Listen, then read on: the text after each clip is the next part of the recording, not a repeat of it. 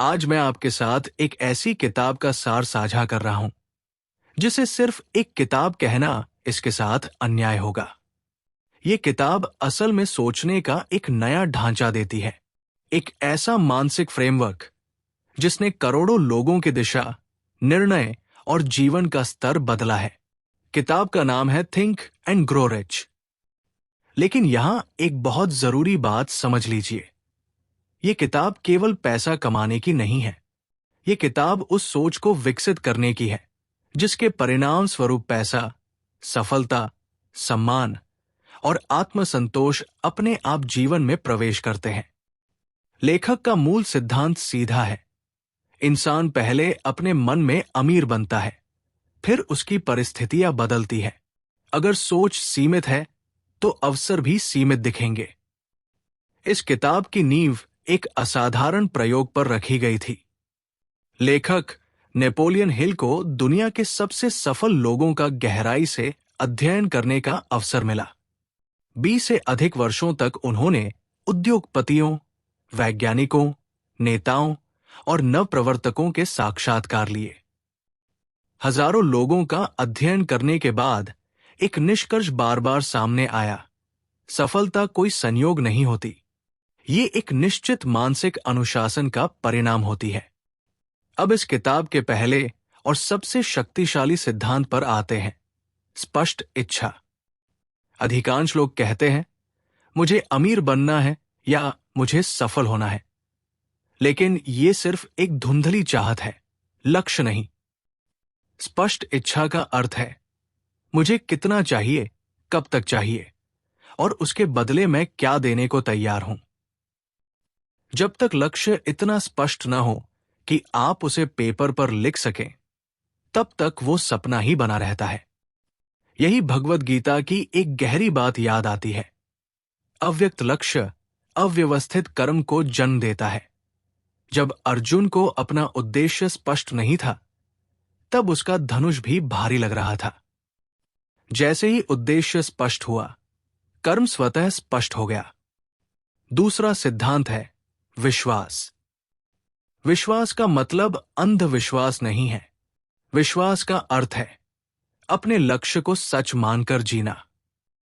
आपका अवचेतन मन वही स्वीकार करता है जो आप बार बार उसे बताते हैं। अगर आप रोज खुद से कहते हैं, मेरे बस का नहीं है, तो आपका दिमाग अवसरों को पहचानना ही बंद कर देता है। लेकिन अगर आप कहते हैं, मैं सीख सकता हूं, मैं बेहतर बन सकता हूं, तो वही दिमाग समाधान ढूंढने लगता है। तीसरा सिद्धांत है आत्मसुझाव। जो बातें आप रोज खुद से बोलते हैं, वही आपकी पहचान बन जाती है।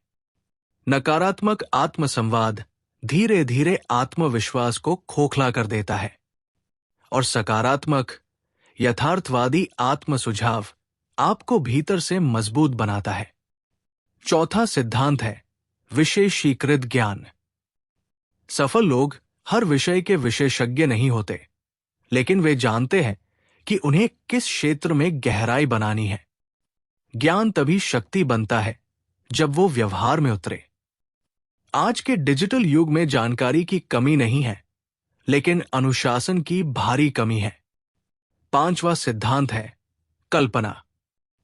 हर महान उपलब्धि पहले किसी के मन में एक चित्र के रूप में जन्म लेती है।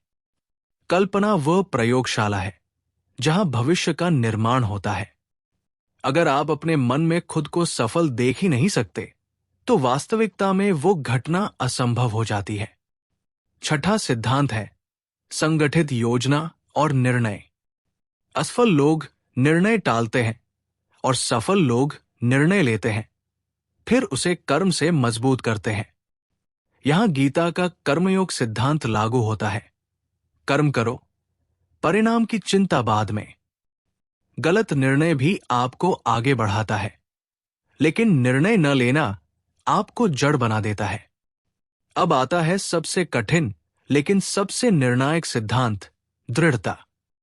अधिकांश लोग लक्ष्य नहीं छोड़ते, वे असहजता छोड़ देते हैं। थोड़ी आलोचना, थोड़ी असफलता और इंसान पीछे हट जाता है। लेकिन जो व्यक्ति लगातार आगे बढ़ता रहता है, वही समय के साथ असाधारण बनता है। इस किताब में एक और महत्वपूर्ण अवधारणा है, मास्टरमाइंड समूह। समान सोच और लक्ष्य वाले लोगों की संगति आपके विचारों को नई ऊंचाई देती है। अकेले आप तेज हो सकते हैं, लेकिन सही लोगों के साथ आप बहुत दूर तक जा सकते हैं। अब बात करते हैं डर की। डर के मुख्य रूप है असफलता का डर, आलोचना का डर और गरीबी का डर।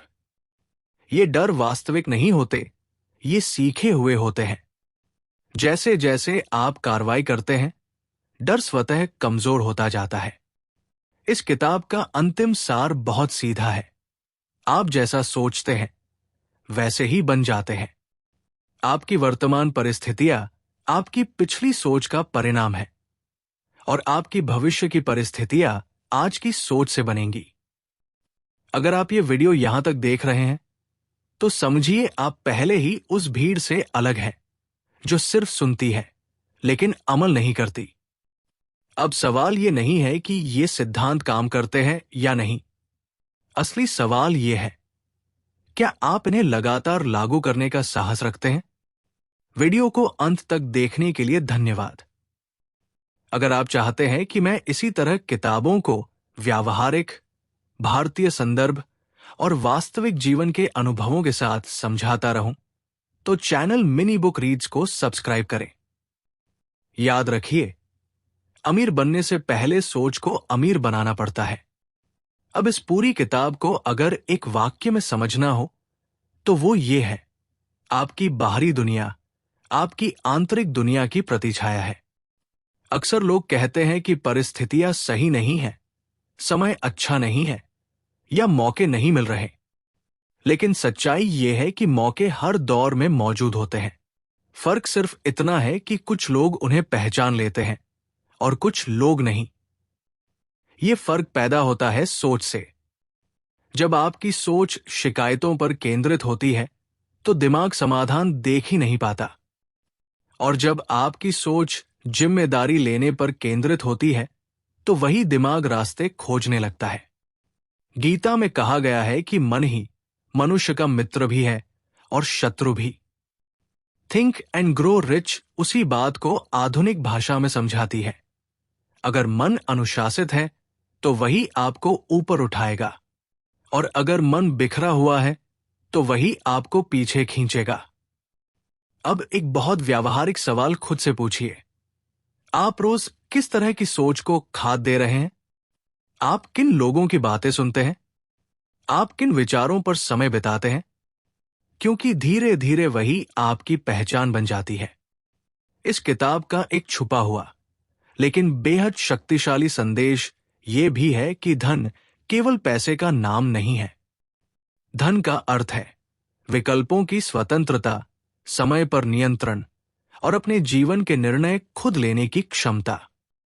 जब आप इस नजरिए से अमीरी को देखते हैं, तो आपकी प्रेरणा सिर्फ पैसे तक सीमित नहीं रहती, बल्कि जीवन की गुणवत्ता तक पहुंच जाती है।